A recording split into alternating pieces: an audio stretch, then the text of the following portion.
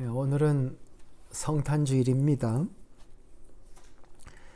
하나님이신 예수, 구세주이신 예수님께서 아기 예수로 오신 기적의 날이죠.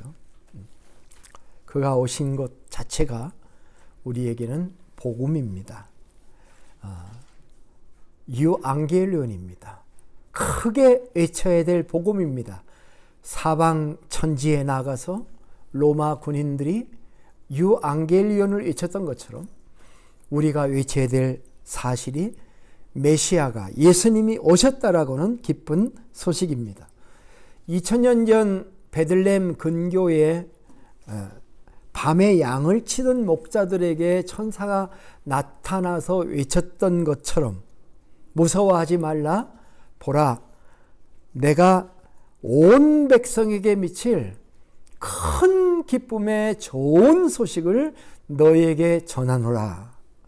오늘 다윗의 동네에 너희를 위하여 구주가 나셨으니 곧 그리스도 주시니라. 너희가 가서 강보에 쌓여 구유에, 이 구유는 여물통을 말하는 거예요. 강보에 쌓여 여물통에 뉘어 있는 아기를 보리니 이것이 너희에게 표적이니라 하더니. 첫 번째 크리스마스. 첫 번째 크리스마스는 세상의 초등학문 아래, 다시 말해서 율법 아래 종로로 타던 우리 인생들을 위해서 오신 날입니다. 사도 바울이 갈라디아 4장에서 말한 것처럼 때가 참에 하나님께서 그 아들을 보내사 여자에게 나게 하시고 율법 아래 나게 하신 것은 율법 아래 있는 자들을 속량하시고 우리로 아들의 명분을 얻게 하려 하십니다. 우리로 하나님의 자녀의 명분을 얻게 하려고 오셨다. 이것이 우리가 이 날을 기뻐해야 되는 이유입니다. 예수님이 오심으로 말미암아 구약에 수없이 반복되었던 그 복음, good tidings, 기쁜 소식들이 시대마다 나타났었지만은 예수님이 오심으로 최종적인 복음이 드러났기 때문인 것입니다. 인류를 구원하시기 위한 하나님의 구원의 완결판, 최종판이 바로 예수 그리스도가 이 땅에 오신 것입니다.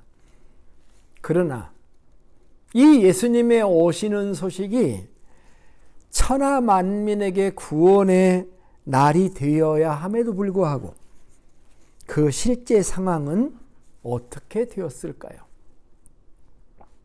마치 예수님이 이 땅에 오셨지만 로마 군인들을 두려워해서 애굽으로 피신한 것처럼 복음이 이 땅에 왔지만 오늘날 이 세상 사람들에게 이 복음은 완성이 된 걸까요? 이 복음을 받아들이고 복음의 목표인 하나님의 자녀가 되는 일이 성취되었느냐 하는 질문인 것입니다. 이것이 바로 복음의 내력, 지난 시간에 말한 것처럼 내력과 상관이 있는 것입니다. 하나님의 보내심을 받은 사람들이 복음을 전하였더니 그 복음을 듣고 믿고 주님의 이름을 불러서 구원받는 일이 나타났느냐 하는 질문입니다. 여기에 오늘 본문에 대답이 있습니다. 16절 이렇게 시작하죠. 그러나, 오늘 본문에 그러나가 몇 개 나올 거예요. 그러나 그들이 다 복음을 순종하지 아니하였도다. 순종이라고 표현했습니다만은 어떤 영어 번역에 보면은 not accepted, 복음을 거절했다는 뜻이죠. 영접하지 않았다는 뜻입니다. 그러나 그들이 다 복음을 순종하지 아니하였도다라는 말이에요. 이 사실이 우리에게 말해주는 것은 복음 스토리는 아직 끝나지 않았다라고 하는 것을 우리에게 말해주는 것입니다. 더구나 놀라운 사실은 이 복음이 거절될 것을 선지자들도 미리 알고 있었다. 그 얘기를 우리에게 해주고 있는 것입니다.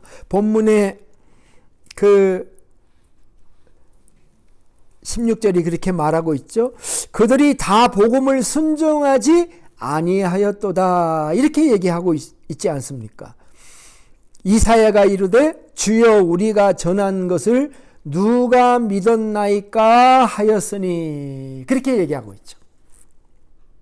이 본문은요, 유명한 이사야 53장 1절의 시작의 말씀입니다. 도입의 말씀이에요. 사실은 이사야 53장 전체에 대한 결론적인 말씀이기도 해요. 그러니까 이사야 53장 2절부터 12절까지가 복음을 소개하는 내용인데, 그 복음이 그렇게 전파되었는데도 누가 믿었느냐? 안 믿었다. 그 얘기를 지금 이사야가 1절부터 얘기하고 있는 것입니다. 이사야 53장은요, 구약의 복음장이에요.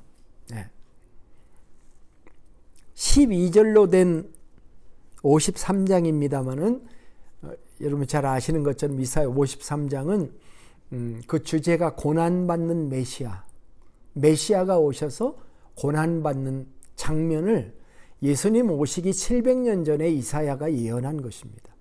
마치 현장 리포트를 한 것과 같은 기사예요. 옆에서 보고 쓴 것 같아요. 마치 그렇게 아주 디테일하게 예수님의 고난을 설명했던 이사야 53장입니다. 거기 이사야 53장의 주체가 되시는 분은 여호와입니다. 여호와라는 단어가 그 4번에 걸쳐서 주어로 등장을 합니다. 그런데 이사야 53장에 보면은 그라고 그는 실로 할 때 히로 표현된 그로 묘사된 메시아를 보냅니다. 이사야 53장은 히라는 그 단어가 30번 가깝게 나와요. 그래서 그가 오시는데 히가 오셔가지고 멸시를 받고 간고를 당하고 질고를 당하고 천대받고 징벌당하고 고난을 당한다는 얘기를 계속 반복을 합니다. 그렇게 고난을 당하는 이유가 뭔가에 대해서 이사야는 뭐라고 얘기를 하냐면 우리가 받아야 될 허물을 대신 지는 것이고 우리의 죄악을 친히 담당하기 위한 것이다 라고 설명했습니다. 그런데 히가 누구인지인가는 설명을 안 해놨어요. 궁금하게 만든 거죠. 이사야가 기록한 히가 누군가 하는 것을 궁금해하는 사람들이 많습니다. 역사상에. 우리만 궁금한 게 아니었어요. 이 히가 누구지? 이 질문은요 2000년도 더 된 질문이에요. 아니면 이사야가 쓴 2700년 전에부터 이 시가 도대체 누구냐라고 물었던 질문이죠. 그런데 2000년 전에 사도행전 8장에 가보면 빌립이라고 하는 그 예루살렘 교회 7집사의 한 사람이 에티오피아 내시를 전도하잖아요. 근데 내시가 놀랍게도 두루마리를 가지고 자기 고국으로 예배하고 돌아가다가 마차 위에서 성경을 읽고 있었는데 그 성경의 본문이 이사야서 53장을 읽고 있었던 거예요. 그런데 하나님께서 딱 그 시간에 맞춰가지고 빌립을 딱 보낸 거예요. 그러니까 내시가 빌립에게 이렇게 묻잖아요. 청컨대 내가 묻노니 선지자가 이 말 한 것이 누구를 가리킴이냐? 자기를 가리킴이냐? 타인을 가리킴이냐? 자기를 가리킴이냐는 말은 이사야를 말한 거냐? 그 히가 이사야냐? 아니면 이사야가 아닌 다른 존재냐? 답이 뭐예요? 이사야는 아니죠. 그죠? 그러자 빌립이 지금 사도행전 8장 35절을 보고 있습니다. 빌립이 입을 열어 이 글에서 시작하여 예수를 가르쳐 복음을 전하니라. 복음이라는 단어가 왜 나오죠? 이사야 53장은 복음장이다 그 말이에요. 예수를 가르쳐 복음을 전했다는 거예요. 바울은 이사야서 53장에 그가 예수님이라는 것을 분명히 알았습니다. 물론 이사야 자신도 여기서 말하는 자기가 쓰는 그가 예수인 것을 분명히 알았던 것이죠. 그런데 이사야가 이것만 안 게 아니에요. 뭘 알았냐면 이 복음이 증거되어도 사람들에게 거절될 것이다 하는 것도 알았다는 거야. 그래서 1절 시작하면서 누가 믿었느냐? 안 믿었다는 얘기를 하고 있는 거예요. 안 믿었다는 얘기를. 그렇게 시작을 하는 것입니다. 예. 듣기는 바로 들었어요. 그러니까 이 말을 뒤집어 보면 그들이 듣기는 바로 들었다는 것입니다. 안 들었다고 변명할 수는 없다는 것입니다. 오늘 본문 로마서 10장 17절 18절을 한번 다시 보시기를 바랍니다. 그러므로 믿음은 들음에서 나며 들음은 그리스도의 말씀으로 말미암았느니라. 그러나 내가 말하노니 그들이 듣지 아니하였느냐? 그렇지 아니하니. 그래, 들었다는 거예요? 안 들었다는 거예요? 예? 내가 말하노니 그들이 듣지 아니하였느냐? 그렇지 아니하니. 이 말은 뭐냐면 그들이 들었다는 것입니다. 그 소리가 온 땅에 퍼졌고 그 말씀이 땅끝까지 이르렀다 하였느니라. 예, 그렇지 아니하니라는 말은 그들이 이해할 수 있는 메시지로 분명하게 전달되었다는 것입니다. 어느 정도 그 소리가 온 땅에 퍼지고 그 말씀이 땅끝까지 이르렀을 정도. 이 정도면은 들은 거죠, 그죠? 예. 근데 이 온 땅에 소리가 퍼지고 말씀이 땅끝까지 이르렀다는 이 말을 사도 바울이 할 때 이 말은 구약 성경에 있는 시편 19편 다윗의 시편을 사도 바울이 인용해 온 겁니다. 시편 19편은요. 거기에 계시, 레벨레이션, 계시가 어떻게 오느냐. 일반 계시가 있고 특별 계시가 있는데 일반 계시는 이렇게 만물이라고 보통 얘기하잖아요. 피조 세계. 피조 세계를 통해서 하나님을 느낄 수가 있다. 그런데 그것만 가지고는 부족해서 특별 계시가 필요한데 그게 하나님의 말씀이다. 그 부분을 얘기하는 게 시편 19편이에요. 19편을 보면은 하늘이 하나님의 영광을 선포하고 궁창이 그의 손으로 하시는 일을 나타낸다. 궁창이나 하늘이나 마찬가지인데 하늘을 봐도 느낄 수가 있다. 날은 날에게 말하고 밤은 밤에게 지식을 전하니 언어도 없고 말씀도 없으며 들리는 소리도 없으나 그 소리가 온 땅에 통하고 그의 말씀이 세상 끝까지 이르도다. 자, 우리가 전파를 느끼지 못하지만 전파는 온 세상에 이렇게 하나님이 메시지를 삼라만상을 통해서 메시지를 주셔서 사람들이 알 수 있다는 거예요. 우리가 로마서 1장에서 이런 메시지를 들은 적이 있어요. 그러므로 저들이 핑계하지 못한다. 하나님의 능력과 신성이 그 만드신 만물에 분명히 보여 알게 된다. 그러므로 저희들이 핑계하지 못한다. 하나님을 알되 하나님으로 영화롭게 하지도 않고 감사치도 않고 오히려 그 생각이 허망하여 미련한 마음이 어두워졌나니 스스로 지롭다고 하지만 우둔하게 되어 썩어지지 않은 하나님의 영광을 썩어질 사랑과 근수와 버러지 형상의 우상으로 바꾸었느니라. 그게 1장이에요.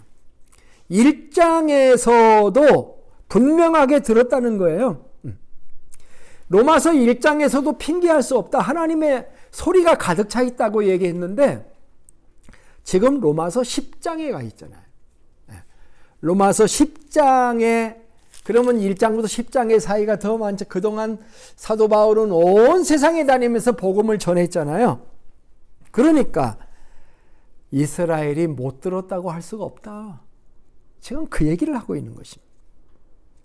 자, 하나님은 영원부터 창세전부터 복음을 계획해서 복음을 계획하시고 예수 그리스도를 보내셔서 십자가에 죽으시고 복음 스토리를 만들으셨어요. 그런데 인간들이 복음을 거절했어요. 그러니까 그러면 하나님은 그 다음에는 어떻게 하실까요? 이제 끝난 것일까요? 하나님도 할 만큼 했고 인간도 자기의 태도를 분명히 해서 복음을 거절했습니다. 그러면 이제는 이야기가 종결되는 것일까요? 이제는 최후의 심판만 남은 것일까요? 아닙니다. 하나님은 그럴 의사가 없으시다는 거예요. 오늘 본문은 하나님의 사랑의 넥스트 라운드를 우리에게 얘기해 주고 있어요. 이것이 19절부터 21절에 있는 이야기인 것입니다. 자, 19절부터 21절 한번 보세요. 19절에 또 그러나로 시작하죠. 그러나 내가 말하노니 이스라엘이 알지 못하였느냐? 먼저 모세가 이르되 내가 백성 아닌 자로 너희를 시기나게 하며 미련한 백성으로 너희를 노엽게 하리라 하였고, 이사야는 매우 담대하여 내가 나를 찾지 아니하는 자들에게 찾은 바 되고 내가 묻지 아니하는 자들에게 나타나노라 말하였고, 이스라엘에 대하여 이르되 순종하지 아니하고 거슬려 말하는 백성에게 내가 종일 내 손을 벌려노라 하였느니라. 자, 여기서부터 이제 반전 스토리가 등장을 합니다. 턴오버가 일어나는데요. 인간이 하나님의 복음을 거절할 때 하나님은 어떻게 하시는가? 하나님도 포기하시는가? 그렇지 않다는 것입니다. 자, 지난 시간에도 우리가 두 명의 선지자 이야기를 했는데 사도 바울은 여기서도 두 개의 선지자 스토리를 가져오게 됩니다. 하나는 모세고요, 하나는 이사야입니다. 하나는 사랑의 역동적인 모습을, 다른 하나는 처절한 사랑의 이야기를 담고 있습니다. 자, 이 두 가지 스토리를 하나씩 봅시다. 첫 번째 스토리는 19절이고요. 두 번째 스토리는 20절부터 이제 시작을 하는데요. 19절을 한번 보세요. 먼저 모세가 이르되 내가 백성 아닌 자로서 너희를 시기하게 하며 미련한 백성으로서 너희를 노엽게 하리라. 갑자기 모세 이야기가 등장하죠. 그죠? 근데 모세가 뭐라고 얘기했다는 거예요? 백성 아닌 자로서 너희를 시기하게 하며 미련한 백성으로 너희를 노엽게 하리라. 갑자기 구약 그 모세 이야기를 하니까요, 이 독자들이 이 스토리를 제대로 이해하기가 쉽지가 않습니다. 이건 어디 얘기를 하냐면 신명기 32장 얘기를 한 거예요. 혹시 한번 여러분이 찾아주셨으면 좋겠습니다. 신명기 32장 21절을 인용한 건데 사실은 근데 32장 전체를 좀 볼 필요가 있습니다. 이 신명기 32장 1절은 어떻게 시작하냐면은 하늘이여 귀를 기울이라 내가 말하리라 땅은 내 입의 말을 들을지어다. 하늘과 땅에 명령을 내려요. 그럼 하늘과 땅에 명령 내려본 적이 있습니까? 저는 있기는 있어요. 옛날에 그 500여 명의 침례식을 서울 도봉산 근처에서 침례식을 하기로 된 날이었는데, 제가 군대에 있을 때 그날 비가 오는 거예요. 그래서 제가 비를 맞고 밖에 나가서 하늘에다가 그냥 명령을 하듯이 아침에 비를 그치라고 내가 명령을 한 적이 있었는데, 그런다고 되나요? 근데 침례식 할 때는 딱 멈췄어요. 그래서 침례식을 했던 적이 있거든요. 예하 부대에서는 전화를 막 오더라고요. 전화가 와서 오늘 침례식 해요. 사병들을 보내야 돼요. 보내세요. 맑아질 겁니다. 보내세요. 근데 실제 지금 그 모세가 하늘이여 땅이여 내 말을 들으라고 하고 하늘과 땅에게 명령하듯이 지금 이야기를 합니다. 예? 참 놀라운 얘기 아닙니까? 근데 뭔 얘기를 하고 싶은 거냐면은 그게 이제 52장의 내용이에요. 아니 신명기 32장의 내용이라고요. 9절부터 좀 한번 볼까요? 너무 길어서 다 말할 수 없으니까 9절부터 보겠습니다. 여호와의 분깃은 자기 백성이라 야곱은 그가 택하신 기업이로다. 여호와께서 그를 황무지에서 짐승이 부르짖는 광야에서 만나시고 호위하시고 보호하시고 자기의 눈동자같이 지키셨도다. 누구를? 자기 백성을. 마치 독수리가 자기의 보금자리를 어지럽게 하며 자기의 새끼 위에 너풀거리며 그의 날개를 펴서 새끼를 받으며 그의 날개 위에 그것을 엎는 것 같이 여호와께서 홀로 그를 인도하셨고 그와 함께 한 다른 신이 없었도다. 여호와께서 그가 땅의 높은 곳을 타고 다니게 하시며 밭에 소산을 먹게 하시며 반석에서 꿀을 굳은 반석에서 기름을 빨게 하시며 소의 엉킨 젖과 양의 젖과 어린 양의 기름과 바산에서 난 수량과 염소와 지극히 아름다운 밀을 먹이시며 또 포도즙에 붉은 술을 마시게 하셨도다. 뭡니까? 가나안 땅에 이스라엘 백성을 들어오게 하셔가지고 가나안의 풍요한 삶을 누리게 하신 분이 하나님이시다. 지금 그 얘기하고 있잖아요. 15절 보세요. 그런데 여기서 이제 반대 상황이죠. 그런데 여수룬이 그 자기 백성을 통칭하는 말이죠.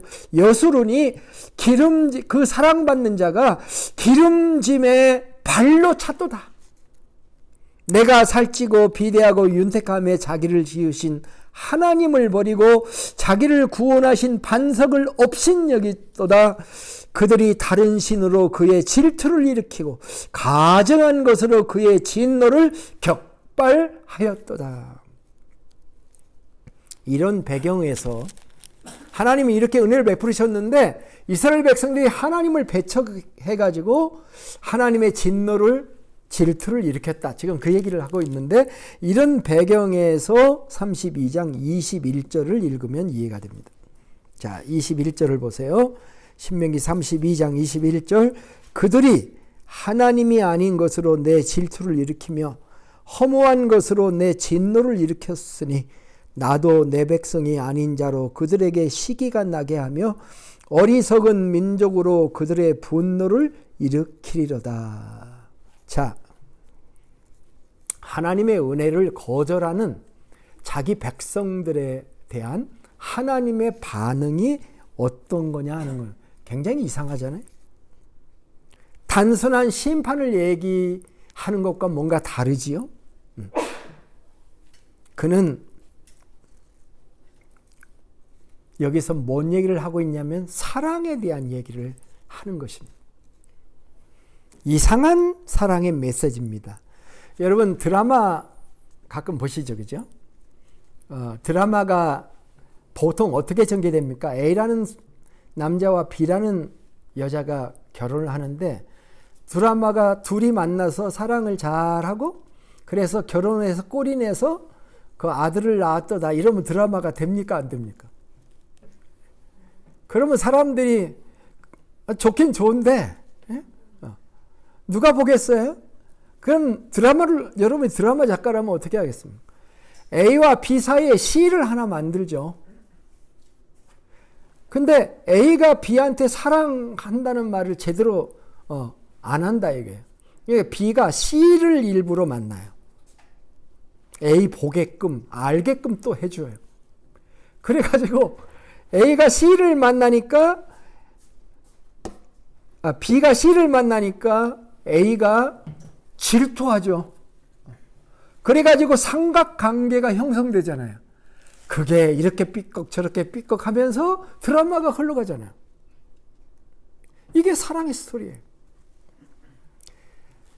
인간이 먼저 시작했어요. 하나님과 이스라엘 백성이 사랑을 관계했는데 이스라엘 백성이 제3의 신을 섬기게 돼요. 그래서 하나님을 질투나게 하니까 하나님도 그렇게 하시겠다. 아직 버린 게 아니에요.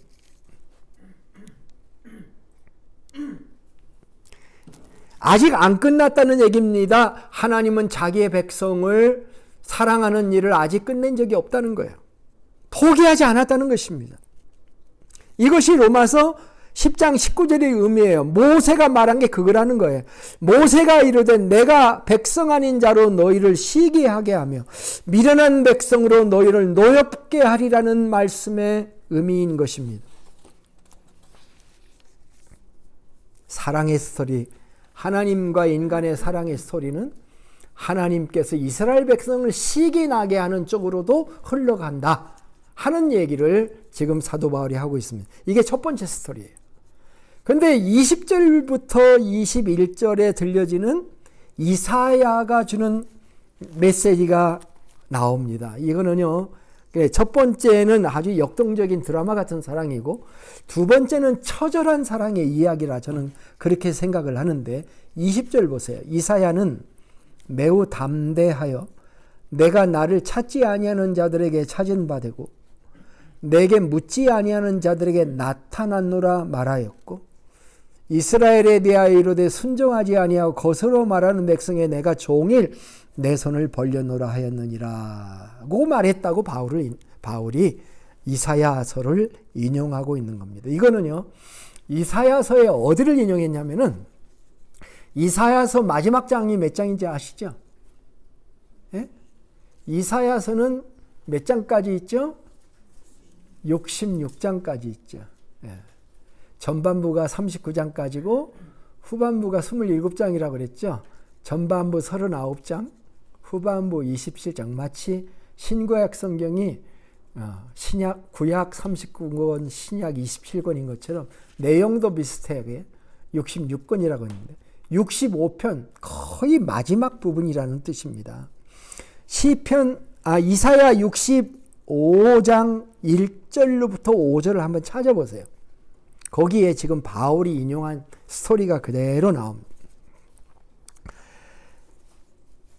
이사야 65장 1절에 나는 나를 구하지 아니하는 자에게 물음을 받았으며 나를 찾지 아니하던 자에게 찾아냄이 되었으며 내 이름을 부르지 아니하던 나라에 내가 여기 있노라 하였노라.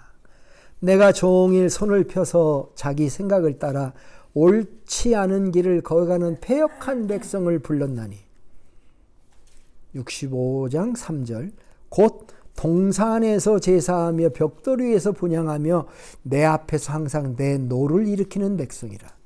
그들이 무덤 사이에 앉으며 은밀한 처소에서 밤을 지새며 돼지고기를 먹으며 가증한 것들의 국을 국그릇에 담으면서 사람에게 이르기를 너는 내 자리에 서 있고 내게 가까이 하지 말라.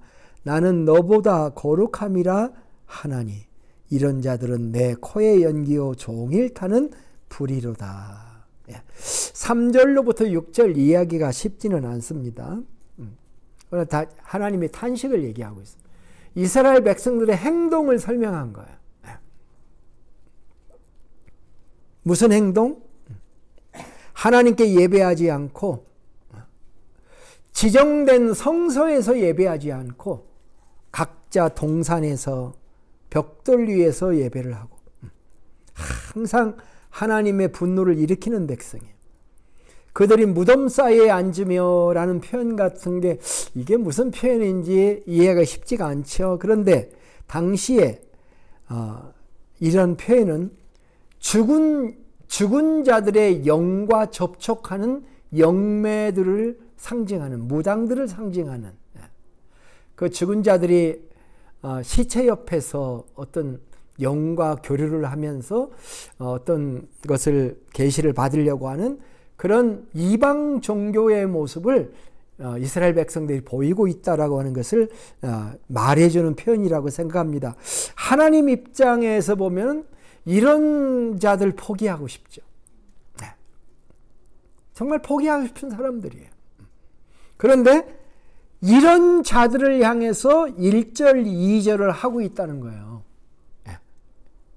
아니, 사랑받을 만한 아름다운 일을 하는 사람들에게 지금 하고 있는 말이 아니에요.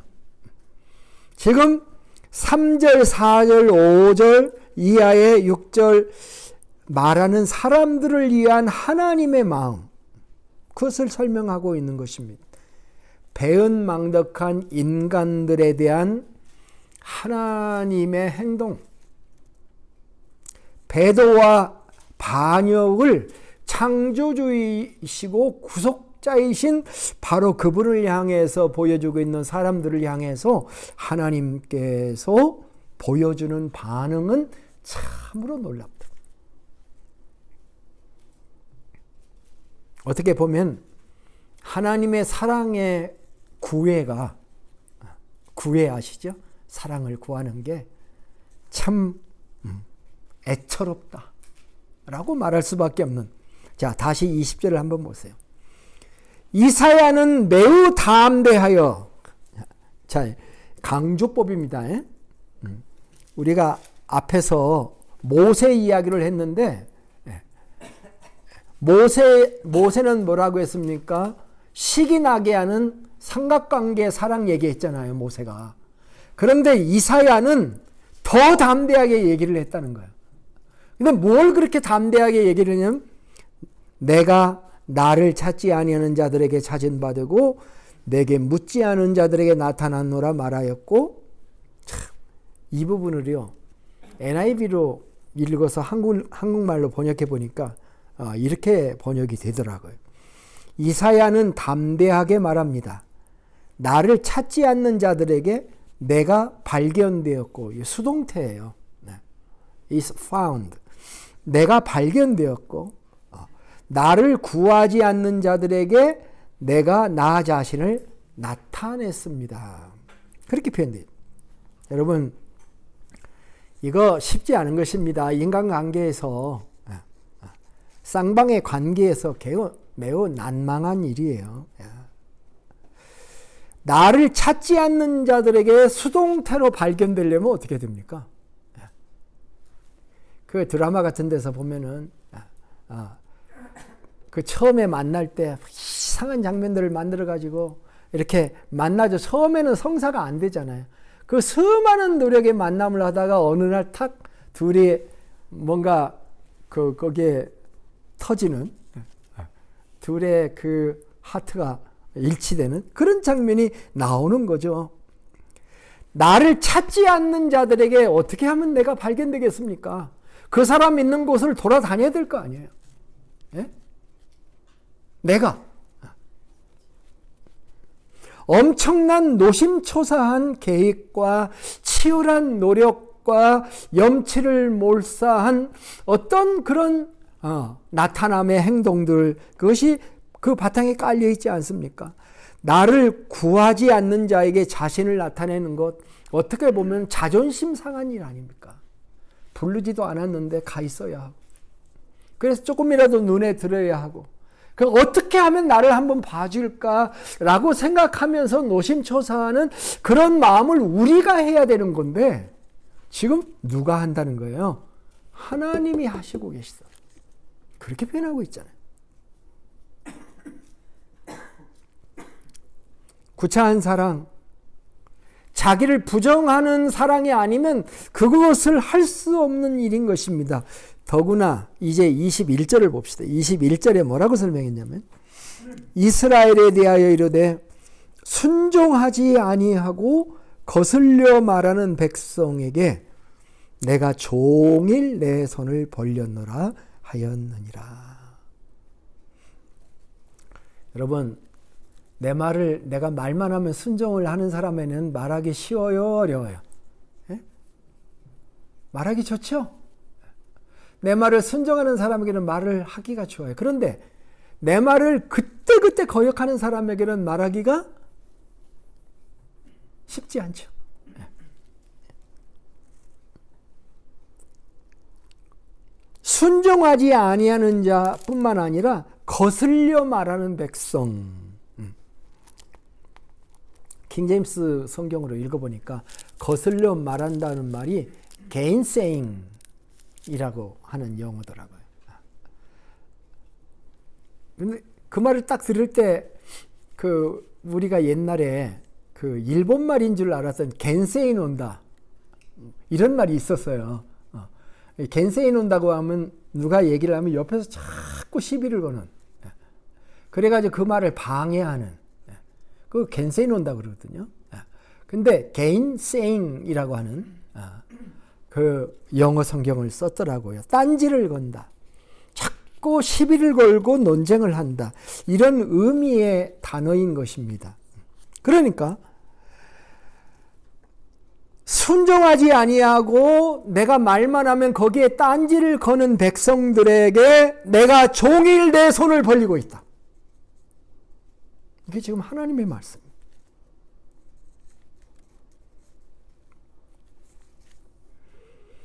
목회가 힘들려고 그래도 하나님만큼 힘들겠습니까? 이 하나님이 참 얼마나 하나님의 은혜의 복음을 듣고 그것을 거부하고 반박하는 자들을 향해서 하나님이 하시는 일이 뭐냐? 종일 손을 벌리는 일이라고 지금 말씀하고 있는 것입니다. 그래서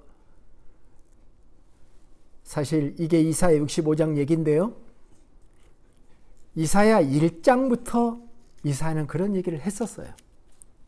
1장에 2절에 하늘이여 들으라 땅이여 귀를 기울이라 여호와께서 말씀하시기를. 하늘과 땅이 다 들어야 될 말씀. 내가 자식을 양육하였거늘 그들이 나를 거역하였도다. 소는 임자를 알고 나귀는 그 주인의 구유를 알건만은 이스라엘은 알지 못하고 나의 백성은 깨닫지 못하는도다.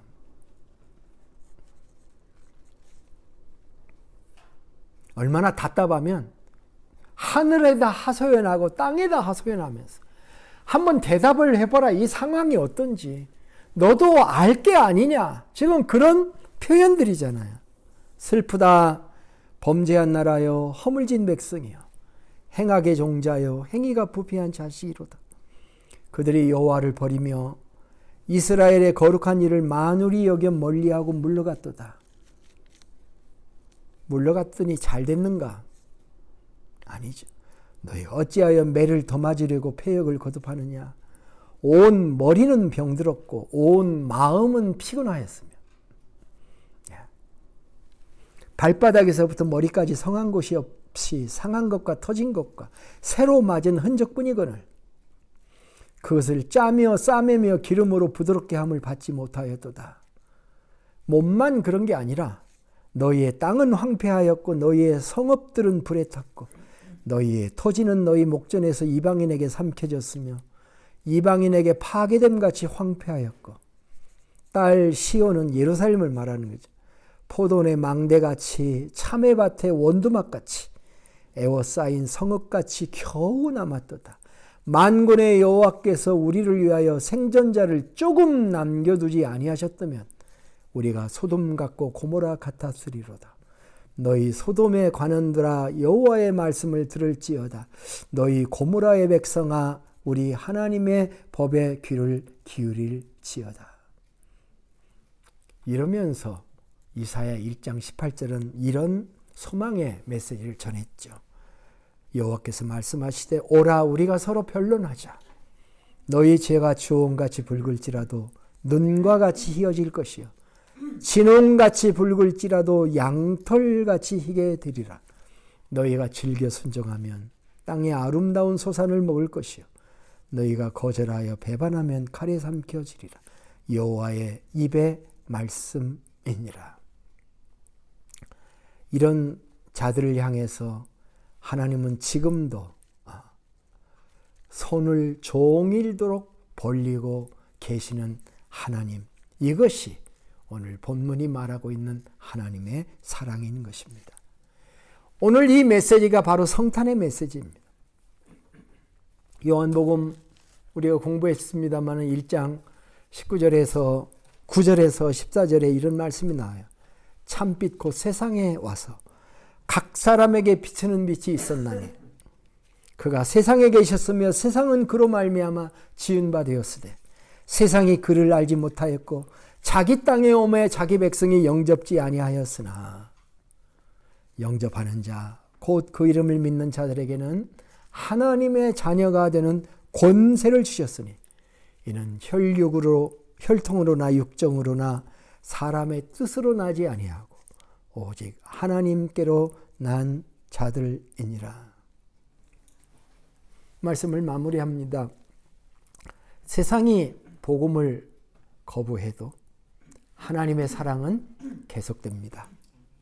복음 스토리는 끝난 것이 아닙니다. 과거의 2000년 전의 복음 스토리가 아닙니다. 지금도 지속되고 있습니다.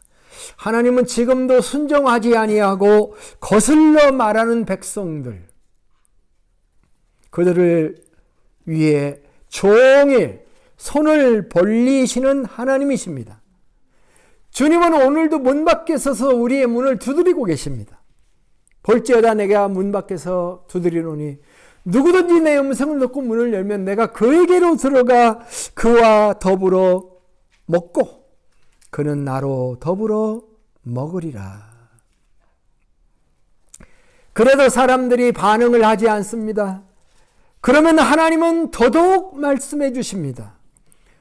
내가 나를 찾지 아니하는 자들에게 찾은 바 되고 내가 묻지 아니하는 자들에게 나타났노라. 순종하지 아니하고 거슬려 말하는 내가 종일 내 손을 벌렸노라 하십니다. 우리는 2026년의 소망을 이 말씀에게서 갖습니다. 하나님은 여전히 손을 벌리고 계신 하나님. 순종하지 않는 자들에게, gainsaying people에게도 손을 벌리시고 복음을 포기하지 않으시는, 사랑을 포기하지 않으시는 이 하나님의 사랑을 의지해서 우리는 2026년도 세상을 향해서 나아갈 것입니다. 사람들을 향해서 나아가길 원하는 것입니다. 하나님은 지금도 우리에게 다가오려고 애쓰십니다. 우리의 모든 활동의 주변에 나타나십니다. 온갖 우리가 경험하는 사건들 속에 사인으로 숨어 계시고 거기 계시면서 말씀하시는 하나님이십니다. 이 하나님을 볼 수 있기를 원합니다. 이 하나님을 사랑하고 주님의 말씀에 순종하며 나아가는 주님의 백성들이 되시기를 주님의 이름으로 축복합니다. 이 귀한 성탄주일에 주님의 이름을 부르십시다. 당신이 구원자이시라고 하나님의 사랑에 감사, 그 주님을 영접합시다. 나를 사랑하사 나를 위하여 자기 자신을 버리신 하나님과 그의 아들의 사랑을 믿고 그 사랑에 응답하시기를 주의 이름으로 축복합니다. 기도하겠습니다. 하나님, 죄와 율법 아래 사망의 잠을 자고 있었던 우리의 복음의 밝은 빛을 비춰주신 하나님께 감사를 드립니다. 이 성탄의 거룩한 날에 하나님을 예배하고 찬양드립니다. 우리를 창조하시고 이 땅에 보내시고 기다리시고 우리를 사랑하시고 연모하시고 흠모하시고 기다리시며 때로는 정말 온 천지의 만유에 유일하신 하나님이시면서 우리에게 무시와 천대를 당하신, 그러면서도 종일 팔을 벌리시는 하나님의 사랑에 감격함, 존귀와 영광을 올려드립니다. 존귀하신 예수님의 이름으로 기도합니다. 아멘.